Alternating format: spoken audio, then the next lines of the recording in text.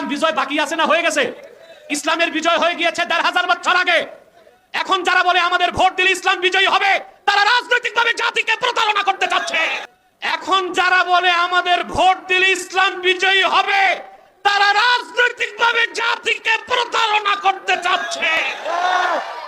জনাব আব্বাসী সাহেব, আপনি যে এত জোরালো একটা বক্তব্য দিলেন, এত জোরে বক্তব্য দেওয়ার কোনো প্রয়োজন ছিল না। কেননা কোনো রাজনৈতিক দল, আপনি যেটা বুঝিয়েছেন যে ইসলামের বিজয় হয়ে গেছে, কোনো রাজনৈতিক দল এটা বলেনি যে ইসলামের বিজয় হয়নি। তাহলে নির্বাচনের আগে এত জোরে সোরে পাবলিকের সামনে রাজনৈতিক দলগুলোকে গণধোলাই করা এবং বোঝানো যে নির্বাচন যারা করতেছেন তারা ভুল পথে আছে, কোনো প্রয়োজন ছিল না। আল্লাহ এবং তার রাসূলের বিজিত ইসলামকে আমরাই বিজয় করব, এটা কোনো রাজনৈতিক দল বলে না। বরং যারা ইসলামী রাজনীতি করেন তাদের উদ্দেশ্য হলো মহান আল্লাহ তাআলার এই বিজিত ইসলামকে রাষ্ট্র ক্ষমতায় নেওয়া। যেহেতু রাষ্ট্র ক্ষমতায় ইসলামকে আমরা নিতে পারিনি, সেহেতু এই দেশে ইসলাম রাষ্ট্রীয়ভাবে বিজয় হয়নি, কিন্তু ইসলামের বিজয় তো সুনিশ্চিত।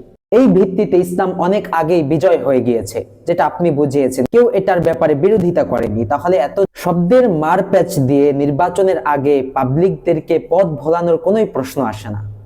ইসলামের বিজয় হয়ে গিয়েছে এই শব্দের উপর বসে থেকে যদি আমরা রাষ্ট্র ক্ষমতায় ইসলাম নেওয়া থেকে বিরত থাকি, তাহলে কখনো এই দেশে ইসলামী হুকুমত প্রতিষ্ঠিত হবে না। বরং ইসলামের বিজয় সুনিশ্চিত।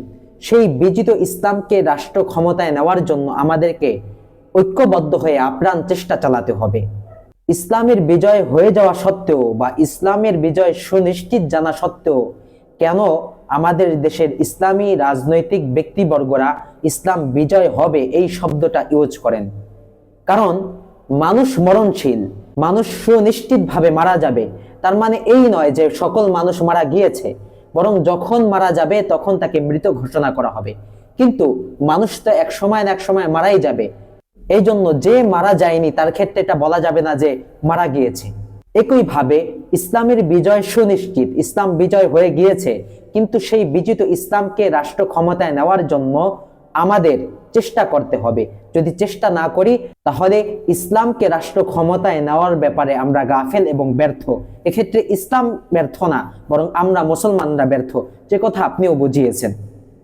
আর নির্বাচনের ঠিক আগ মুহূর্তে ইসলামী রাজনীতির বিরোধিতা যদি আপনার করতেই হয়, তাহলে আপনি এমন একটা পদ্ধতি অবলম্বন করুন যেই পদ্ধতি অবলম্বন করে দ্রুত বাংলাদেশে বা বিশ্বের বুকে ইসলাম ক্ষমতায় যাবে।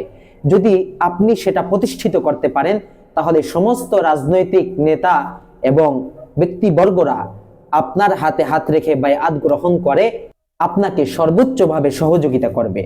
কিন্তু সেটা না করে আপনি যেটা করতেছেন সেটা হলো জনগণকে হতাশ করে দেওয়া। এটা আপনার দ্বারা কিছুতেই কাম্য না। আমরা অতীতেও দেখেছি যে নির্বাচন আসলেই কোনো একটা শব্দের মার পেঁচে আপনি ইসলামী দলগুলোকে কটাক্ষ করেন এবং জনগণকে ভোটের মাধ্যমে ইসলামকে শক্তিশালী করার ব্যাপারে আপনি হতাশ করে দেন। আমরা আশা রাখি আপনি জনগণকে হতাশ না করে দিয়ে এমন একটা পদ্ধতি অবলম্বন করবেন যার দ্বারা এদেশের জনগণ যেরকম রাজনৈতিক দলগুলোকে সাপোর্ট দিচ্ছে, আপনাকেও ঠিক একইভাবে বিপুল পরিমাণে সাপোর্ট দিবে এবং রাষ্ট্র ক্ষমতায় আপনিই যাবেন। ইসলামী দলগুলোর নেতারা যাবে না, বরং আপনি জনগণকে সাথে নিয়ে ইসলাম কায়েম করবেন। তাহলে আমরাও আপনাকে সাপোর্ট করব।